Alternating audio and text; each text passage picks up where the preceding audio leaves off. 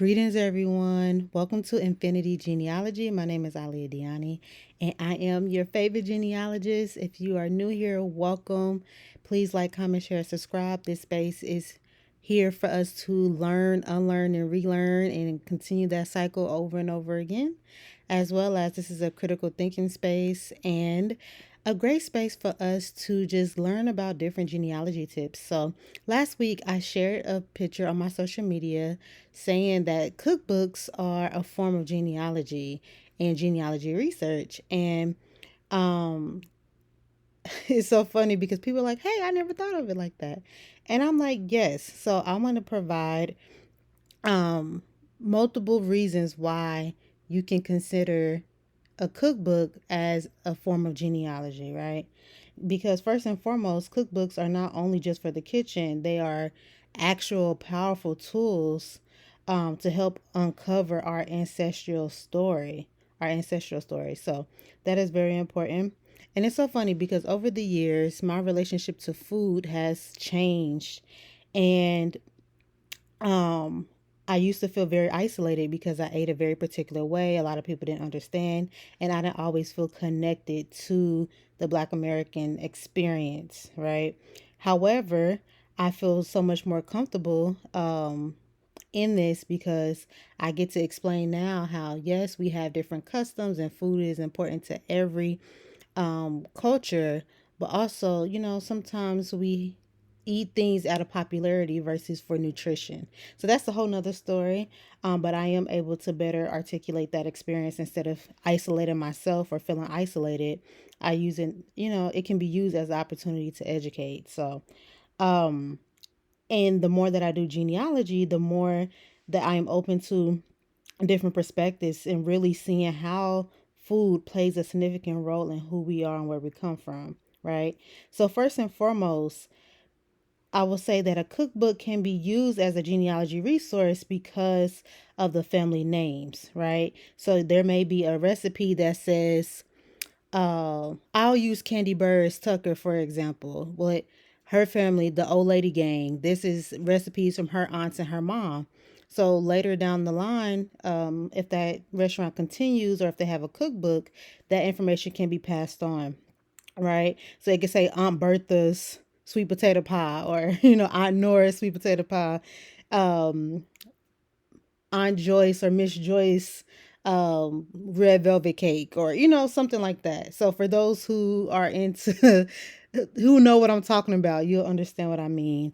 Or for another example, and this is funny that I'm going to use this example too, but you have like Tamar Braxton and Miss E, they have their own cooking show, and Miss E often in interviews talks about how some of these recipes are from her mom, and they're very special to her. So see how like the names and the relationship helping people to identify some of those generational ties, as well as maiden names and their nicknames that the family calls each other. So although you may not be able to find the nickname on all of your genealogy resources and documents, sometimes nicknames are noted in governmental documentation. So keep that in mind. Two, we'll talk about cookbooks help to identify some migration patterns. So there are certain recipes or food styles that can hint to where a family may have lived or moved to. So if you're from the Midwest, a lot of times because of the Great Migration, folks from Mississippi moved to Chicago, and so you may see some of that Mississippian food ways that come into Chicago, right? So, these are important things. And just a little bit of background before I go on to number three is that I graduated with my bachelor's degree in sociology and anthropology.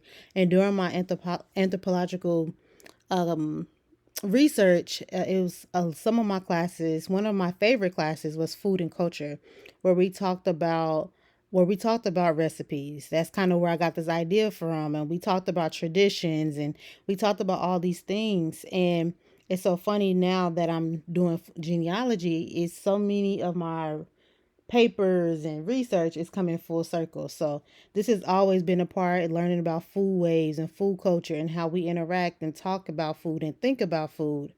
Um, and again, every culture, that's very important. Okay. Which leads me to number three, which is cultural heritage. Specifically in the Black American community, we also have other ethnic groups. So you may be Gullah Geechee. Gullah Geechee folks eat a certain way. They may eat, different animals or things that are maybe non-traditional.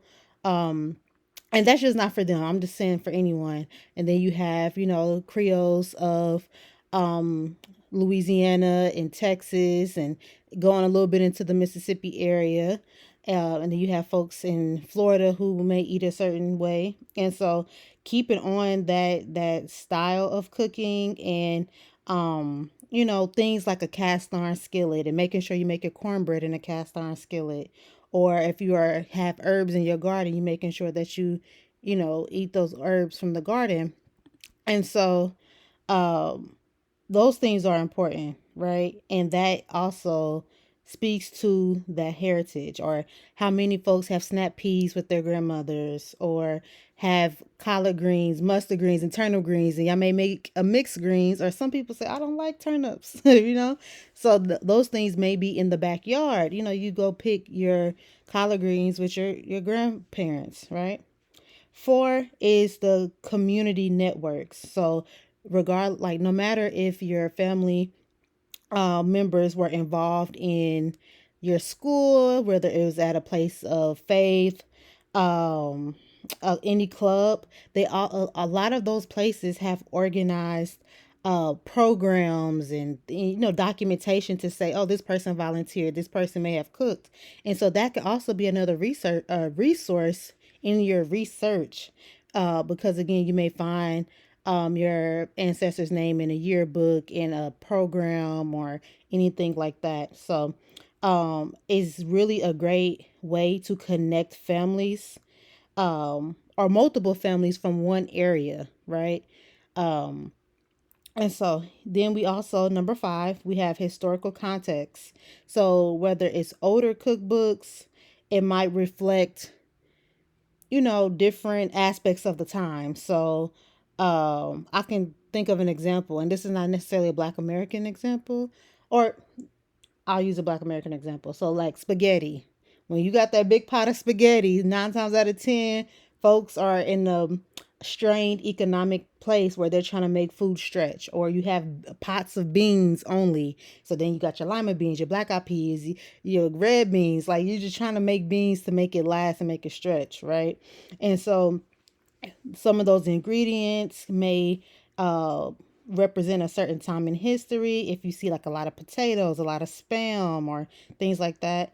Also, like I said, economic status, as well as notes of like celebrations, whether it's holidays, or some folks, most people have seen soul food and having that Sunday dinner, whether it's after service. Um, or big holiday, like big birthday celebrations, or Thanksgiving, Christmas. Or for some folks, the Thanksgiving menu and the Christmas menu are the same, even though they're like a month apart.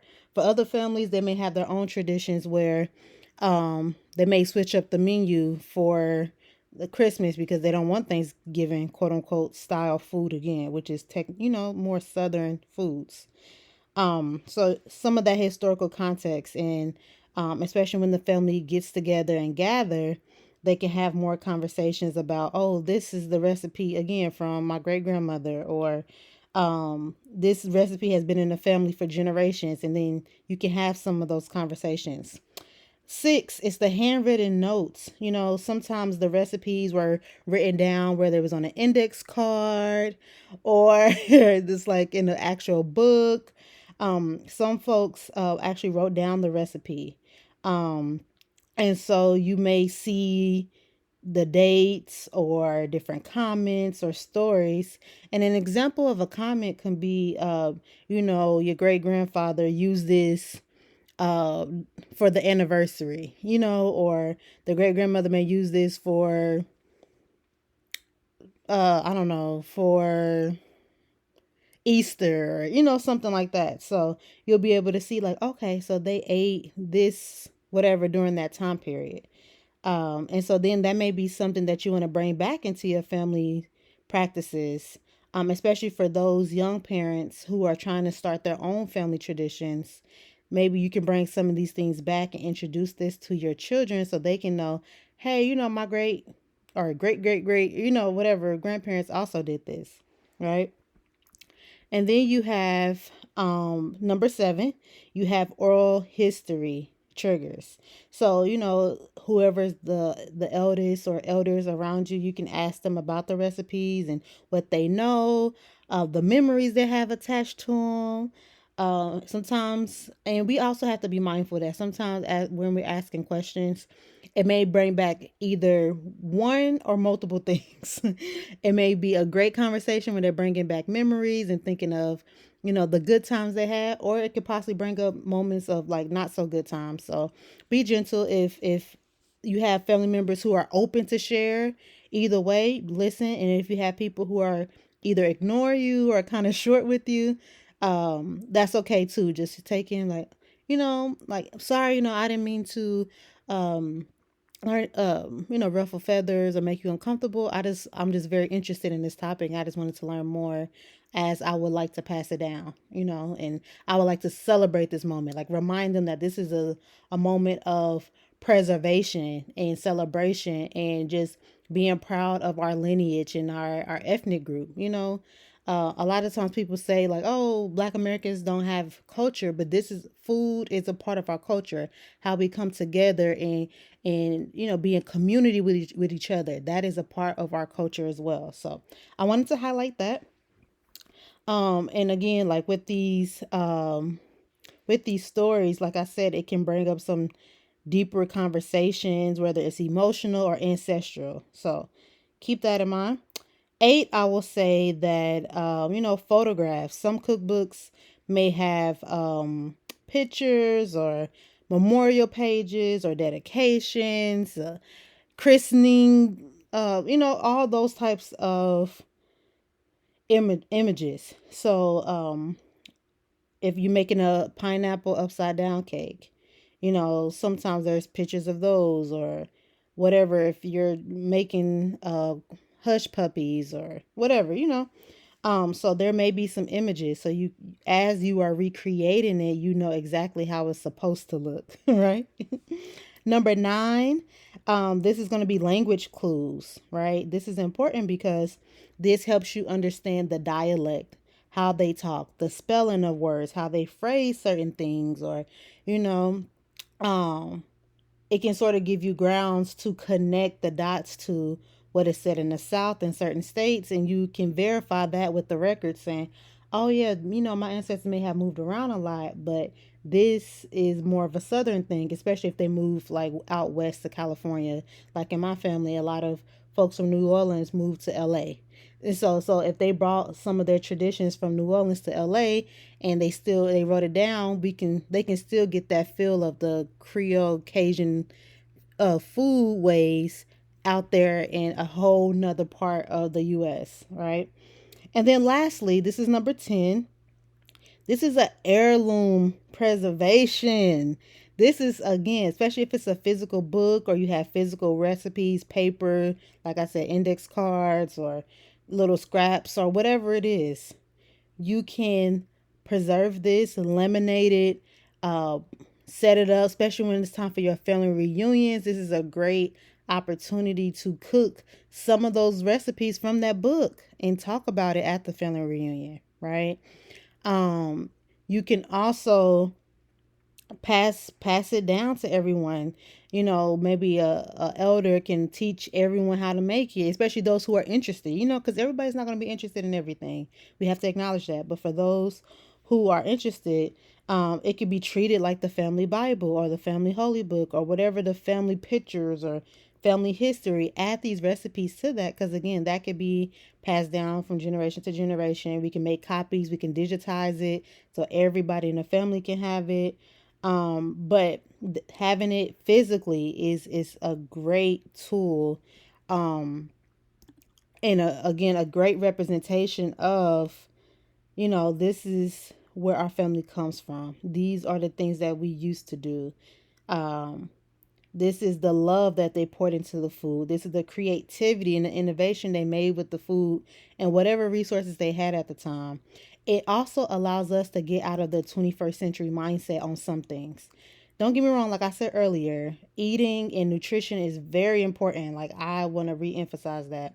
But sometimes we have to remember that, everyone is at a different knowledge base and at different levels. And so we want to still honor those who may eat differently than us and who may have different belief systems at that time, because no matter what, that situation made them who they are, which inherently means it made you who you are. Because without those elders and those ancestors, you wouldn't exist. So we got to remember to, again, honor our ancestors, thank them for whatever they contributed to your life, because now you have the opportunity to preserve, change, start your own new traditions, and be able to educate not only yourself, but, your children and other generations. So I hope that you like these 10 tips in different ways that a cookbook could be seen as a genealogy resource. If I went through it too fast, don't worry. I'm going to make a brief copy of just the 10 tips that we talked about today. Thank you all so much for watching. I hope you learned something. I hope you're hungry. And before I jump off of here, it's so funny because the common conversation around certain foods in the Black American culture is about mac and cheese. You have people who make roux, people who just use cheese, people who put eggs.